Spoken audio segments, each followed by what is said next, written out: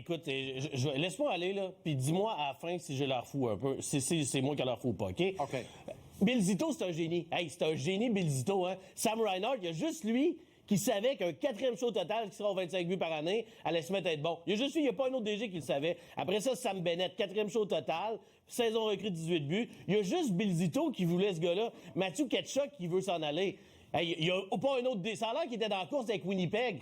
Puis finalement, il a décidé d'aller en Floride. Mais voyons, tu penses que c'est un génie tant que ça, Bill Zito? Moi, je commence à trouver que c'est n'importe quoi. Puis ça revient à quoi? Ça revient au fait que on peut se réveiller, puis c'est la question du fait qu'il n'y a pas d'impôt sur le revenu en Floride. Puis là, après ça, Gary Bettman nous dit que c'est pas un enjeu. Tu sais, ça, moi, je suis tanné. Tu sais, on est cocu comme... Puis le Canada, les équipes, les marchés riches... On donne l'argent aux équipes quand ils n'ont pas de fans, comme les Panthers. Puis là, dans une situation inverse, quand il y a un déséquilibre comme ça, ben là, Gary Bettman fait rien, là. Mettons qu'on pourrait faire de quoi d'écœurant, là, puis que personne chialerait. Mettons que François Legault serait capable de dire « Hey, il n'y aura pas d'impôt provincial pour les joueurs de hockey du Canadien à Montréal. C'est fini. Vous êtes exempt d'impôt, 0 impôt. » Mettons que Mark Carney disait « Hey, c'est une bonne idée, ça. » Même affaire, pas d'impôt fédéral pour les joueurs du Canadien puis les joueurs des autres clubs de la Ligue nationale. Fait que là, ça veut dire qu'on commence à jaser d'égal à égal avec la Floride, là. Ça veut dire que quand tu donnes 10 à un gars, il gagne 10. Tu comprends? Tu lui donnes pas 10 puis qu'il gagne 4,7. Tu lui donnes 10, il gagne 10.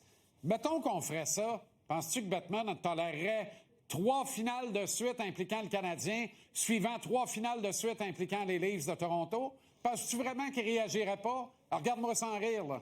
Ça me fait capoter, tu sais. Puis il y a un sujet aussi dans tout ça, là, parce que là, Gary Bettman nous a rendu cocu avec il nous a volé la Coupe Stanley, il nous a volé un retour du hockey, et là, il est en train de caviardiser c'est du hockey caviar? Caviarder le hockey junior canadien.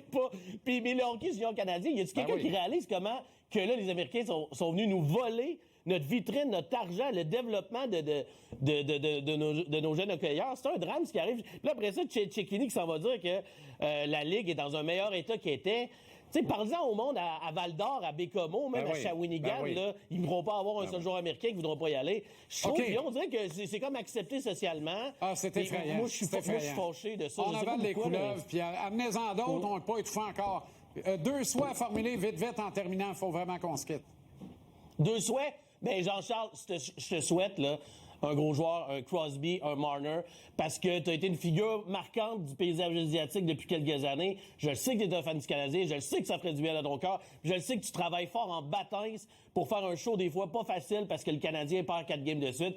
Puis je souhaite de tout cœur que tu sois capable d'avoir une année exceptionnelle l'année prochaine avec une grosse signature qui rendrait ton travail pas mal plus agréable et divertissant, je pense.